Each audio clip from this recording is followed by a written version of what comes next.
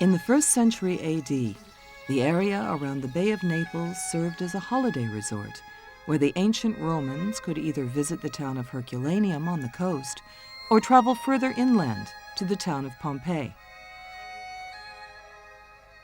The area, it seems, was used mainly by wealthy Romans.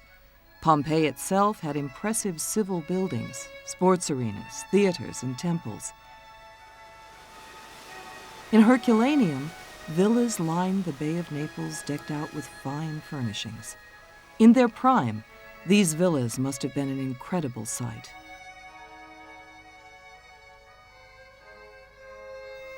Today, the sad remains of these once thriving towns lie silent and mournful under the Italian sun. Pompeii and Herculaneum were destroyed by a huge natural disaster, a violent volcanic eruption which entombed both towns in ash and rock.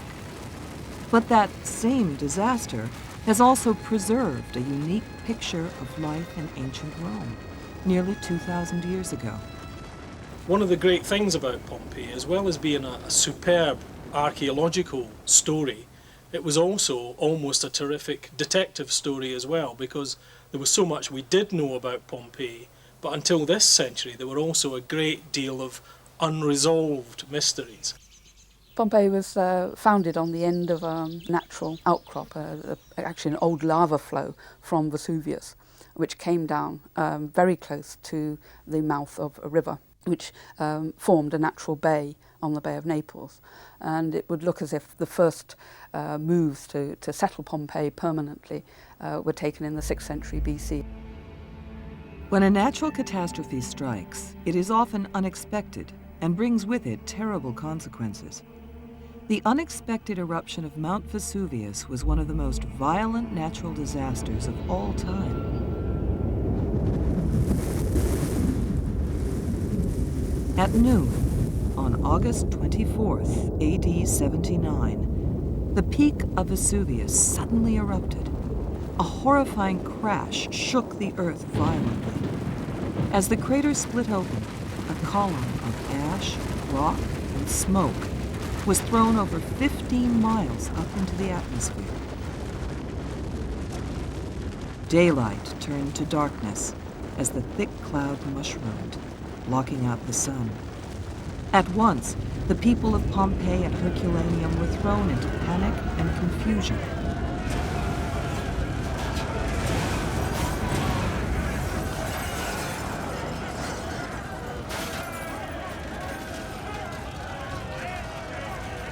It seems that only a few people died in the initial eruption, but the next day, thousands were entombed in Pompeii, taken by surprise by the powerful explosive flow of red-hot rock and ash. The red-hot ash and debris from the volcano, when it comes tumbling down the side of the mountain, is almost gelled together, so it becomes a kind of liquid, like a river. It flowed down over the mountain and through the city, and it was this that did this destruction in Pompeii. It had begun like any other summer's day. The sky was clear, and the sun shone brilliantly.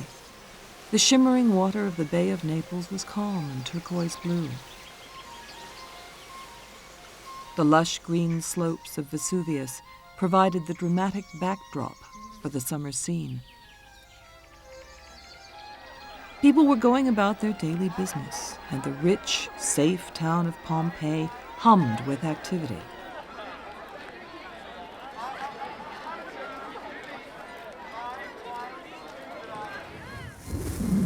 Roman mythology suggested that volcanoes were gateways to the underworld, but the people who lived in the Bay of Naples region thought that Vesuvius was simply a large hill.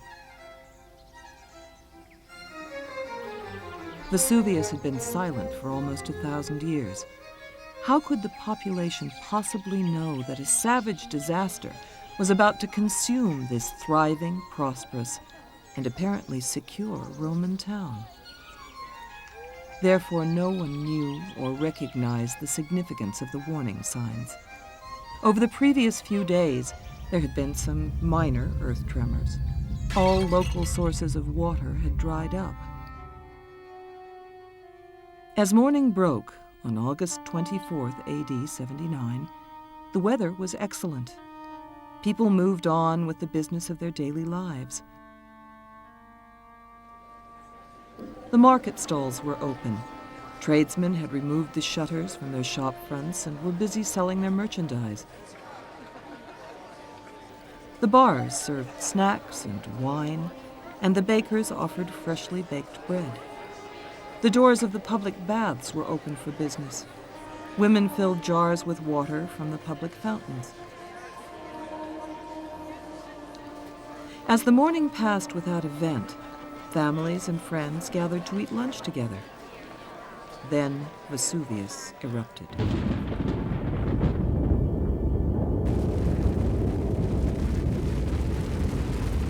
The huge explosion drew people out into the streets. As they stood aghast, looking at the volcano, the burning rock, ash, and pumice poured out of the crater. The sun vanished, and Pompeii was plunged into darkness. Chaos broke out as people panicked and fled. For the next 12 hours, there was a constant heavy downfall of scorching pumice and ash. It buried Pompeii and Herculaneum under 6 feet of debris. The traditional explanation is that all those who died at Pompeii were buried under the fallout from the volcano. It was only after close studies of the 1980 eruption of Mount St. Helens that the real truth about the fate of Pompeii became graphically clear.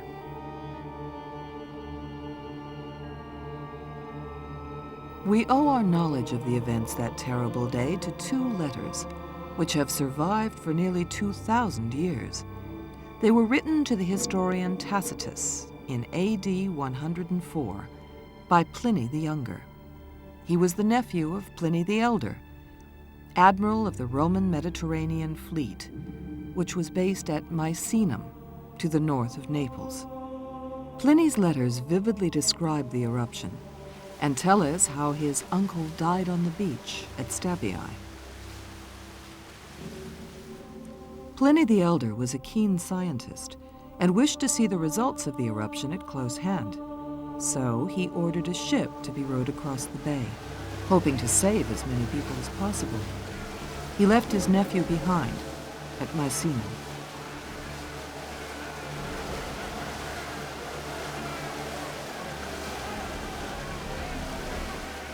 The rough seas and falling rocks made it difficult to land, so Pliny ordered the ship to row to Stabiae, at the south of the bay.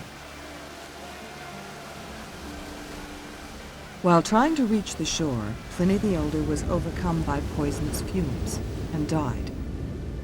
At the time of the explosion, Pliny the Younger left us a very detailed record of the events. First of all, he describes the initial explosion, which we now know was probably the result of the pressure underneath the volcano. And what's very interesting is that he subsequently describes the collapse of the cloud of ash and smoke and how it sweeps over the landscape. Young Pliny tells us after several violent tremors, he feared that his house would collapse. He persuaded his mother that they should leave as the tremors continued. Next, he witnessed what would become known to science as a pyroclastic flow, in which he described an ominous thick smoke spreading over the earth like a flood, which followed behind us. Pliny and his mother escaped into the fields, but were surrounded by darkness. All they could hear were the screams and wails of the men, women, and children. When the daylight returned 2 days later, it revealed a chilling scene. Almost all the southern end of the bay had been buried. The whole center of Mount Vesuvius was blown out by the eruption, and where the sides had collapsed, a vast new crater had been created. The enormous cone of Vesuvius was now just a stump. The slopes of the volcano, where lush woods, vineyards, olive groves, and villas once stood, was now a wasteland. Earthquakes and tidal waves had destroyed buildings, and all the remains were covered in a thick layer of ash.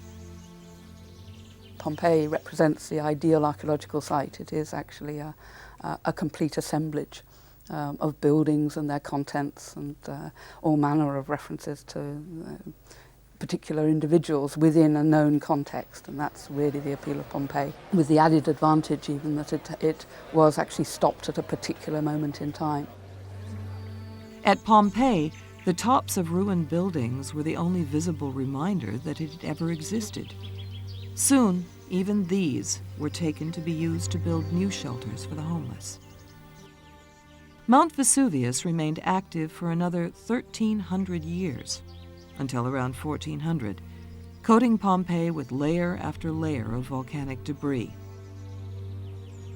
The puzzle for scientists was always to explain why so many of the citizens died, and why the mangled bodies were found on top of the ash which filled the streets, and not buried beneath. After all, the people could simply have fled indoors to avoid the falling rocks, and most would have survived. Lava from volcanoes flows slowly, and it is fairly easy to avoid, so it could not have been that which killed the inhabitants. Recently, scientists have discovered that what actually killed them was a sudden and violent torrent of burning hot rock and ash, which flowed over Pompeii. That's why we find that a lot of the bodies are actually on top of the preliminary ash and rock from the first eruption, because when that was thrown into the air and rained down on Pompeii, it was fairly easy to avoid that. All they had to do really was to go indoors to avoid the falling ash. But when people on the second day were hit in the streets, that's when the bulk of the people were killed. That's why we find so many bodies that have been dismembered and mangled in such a severe way. About 5,000 people died at Pompeii, 1/4 of its estimated population. The survivors probably fled on the first day of the eruption. Those who remained behind were sealed in with the rest of the town, like a time capsule. Ash and rock surrounded their remains. Soil concealed the site, and plants and shrubs and trees grew among the ash. At the time of the eruption, the citizens of Pompeii enjoyed an era of thriving development and peace. By AD 79, the town had become a prosperous commercial center with an industrious, creative, and growing population. The prosperity of the town is reflected in the splendid public buildings. The Forum was the religious, political, and economic center of the Roman resort. Market stalls stood along covered doorways where customers haggled over goods. At the south end of the Forum were the council offices and the law courts. The north end was dominated by the temples of Jupiter, Laurus, and Vespasian. The wool and cloth markets, the main market, the fuller's building of Eumatia, and the office of weights and measures formed the commercial center of the Forum.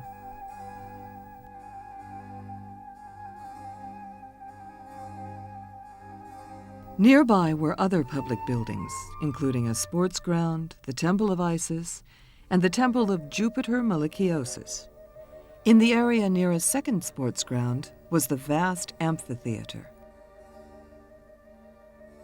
One of the most interesting aspects of Roman civilization is this fact of living in cities and the nature of Roman towns. And Pompeii has a theatre, an amphitheatre, basilica. It has all the features that make up the sort of model Roman town. The public baths were built on main roads. These formed an essential part of daily life. Some roads had a more commercial nature, with shops and taverns. Also, a semi-rural area with vineyards and gardens survived in the center of the town. Almost all of the remaining areas of the town were residential.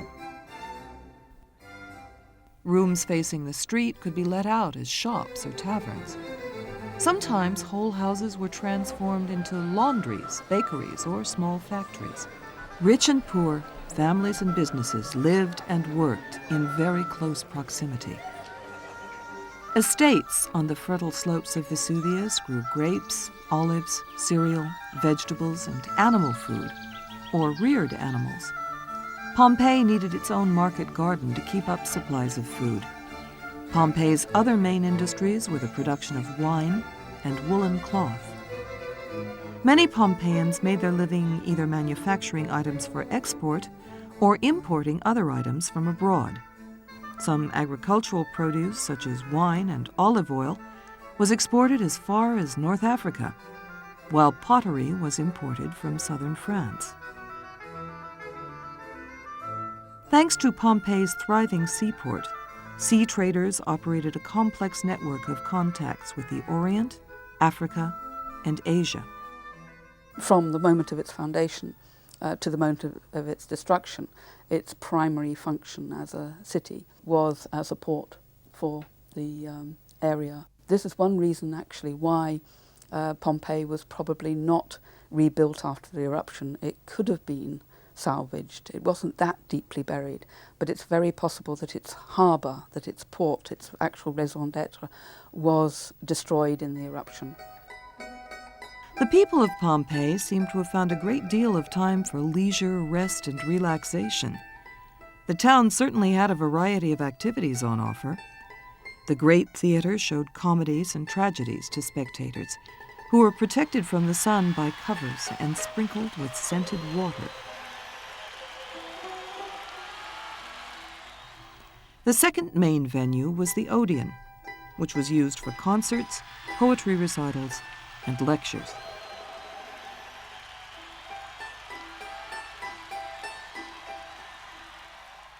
The enormous amphitheater held the games and had a capacity of 20,000 people, who took their places according to a strict social hierarchy. The games included such spectacles as gladiator fights, animal duels, or hunts, and possibly chariot racing. The gladiators were incredibly popular. They lived and trained in the nearby barracks. 63 people died there in the eruption. In their duels, most gladiators were killed on their first appearance. Those who survived won respect, freedom, and wealth.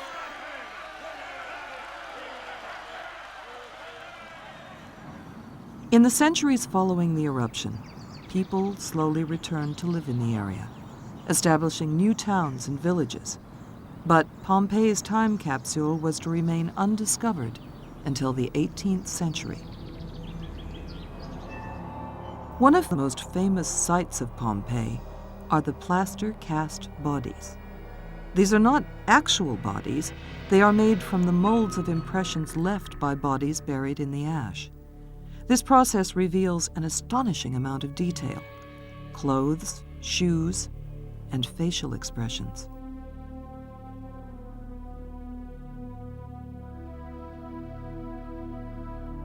These terrified and tortured faces of those who died in the eruption have been preserved for almost 2,000 years.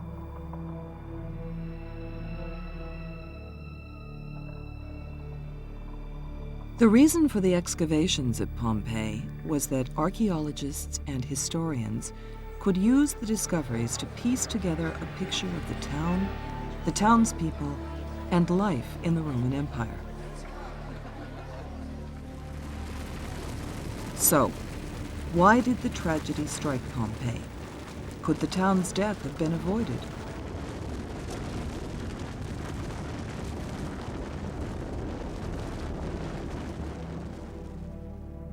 Vesuvius lies on the fault line that also includes the nearby volcanoes Etna and Stromboli. Depending on the activity of these plates, a volcano can lie dormant for many years. Volcanoes occur at weak points in the earth crust where the pressure of the molten rock beneath forces its way through the surface. In most instances, volcanic eruptions are relatively harmless because lava moves very slowly and people generally have time to avoid it. Where it gets dangerous is where there's a pressure beneath the Earth's surface which results in effectively a huge explosion, and that's what's happened at Pompeii. prior to AD 79, Vesuvius had been totally inactive for almost 1,000 years. But inside the Earth, the pressure grew, and molten rock, known as magma, collected in the volcano's chamber. Eruptions occur when the pressure under the plates is strong enough to force the magma through weak spots in the Earth's crust.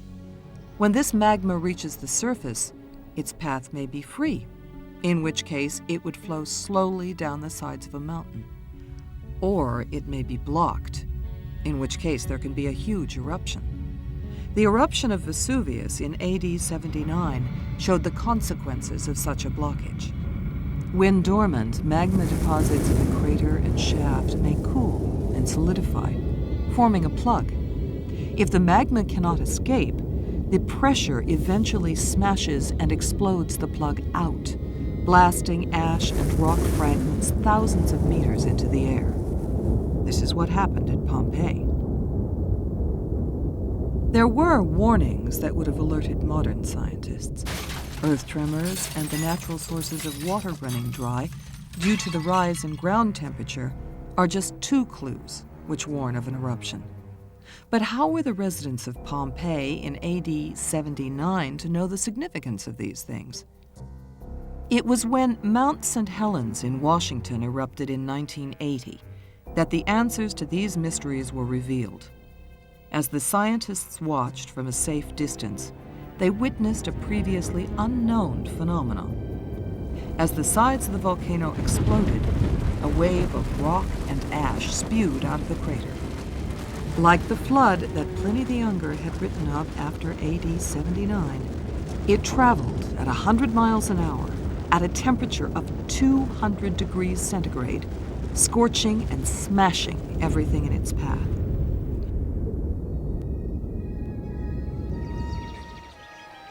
For those that had pondered the fate of Pompeii, all the pieces fell into place. Today at Pompeii, much of the site remains unexcavated. Archaeologists now use modern technology and equipment to sift the remains for the last clues to the past. Preservation and conservation experts work on mosaics and paintings, protecting them from the weather and restoring them to their best condition. Under the ash, Pompeii had been safe, but the wind, rain, eruptions, and earthquakes have continued the destruction of the town. Preserving the uncovered ruins is just as vital as continuing the excavations. Pompeii, unfortunately, is a ruin, and just like any ruin, it's likely to become more ruinous the more time it spends exposed to even quite normal weathering. The problem with the modern environment that is also full of pollutants. The other thing is that tourists themselves are quite a challenge to the structure of the town.